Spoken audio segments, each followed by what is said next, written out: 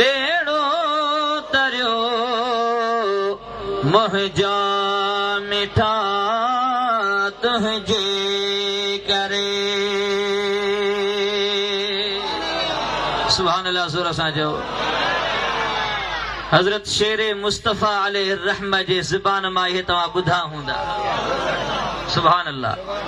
अल्लाह करीम सही जाइब सागी है सुभान अल्लाह तबारक व तआला हजरत शेर मुस्तफ़ा अलैहि रहमत जे मज़ार पुर अनवार ते किरोड़ा रहमतू नाज़िल फरमाए आमीन जहे रसूलुल्लाह जे आशिकन जे सीनन में महबूब जी मोहब्बत के बाकायदे भरियो जोर सां जो सुभान अल्लाह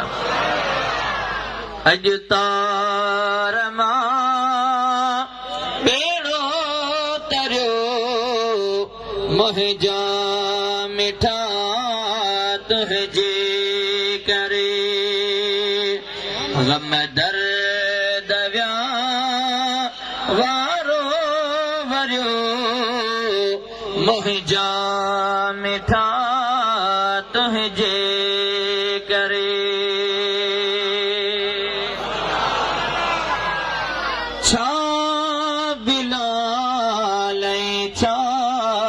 करम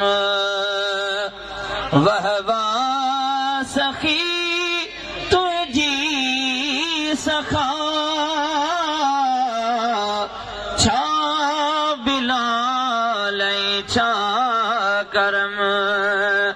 वहवा सखी तुझी सखा वहवा सखी तुझी सखा हबशी मगर मौला घुरियो منھنجا मिठा तुंहिंजे करे अहिड़ो त मदीने वारे जे सदके में उन सां करम थियो जो हजरत फारूक आज़म जहिड़ो जलीलुल क़दर सहाबी फरमाईंदो हुयो त बिलाल असांजो सरदार ज़ोर सां जो सुभान अल्लाह हबीब करीम सल्लल्लाहु अलैहि वसल्लम जा प्यारा उम्मतीयो ये मेहरबानियूं असां तव्हां सां सवलियूं कोन थियूं आहिनि के खुदा जी इज्जत जो कसम आहे अहादीस मुबारका में ईंदो आहे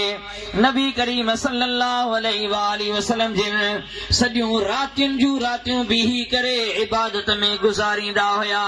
हिकिड़ो सहाबी आहे हबीब करीम सल्लल्लाहु अलैहि वसल्लम जो हज़रत खब्बाब बिन अरत रज़ियल्लाहु ताला अन्हु जलीलुल क़दर सहाबी आहे फरमाए थो ॾिठम हिकिड़ी रात जो मां आयुसि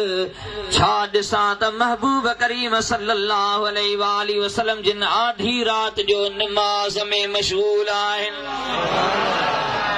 चो सुभान अल्लाह काफ़ी रात गुज़री वई आहे इएं पंहिंजे ख़्याल सां जो निकिरी ॿाहिरि आयुसि ॾिसां त महबूब करीम नमाज़ पिया पढ़नि वो चयो त वाह जो अॼु मज़ो सुभान अल्लाह ज़ोर सां चयो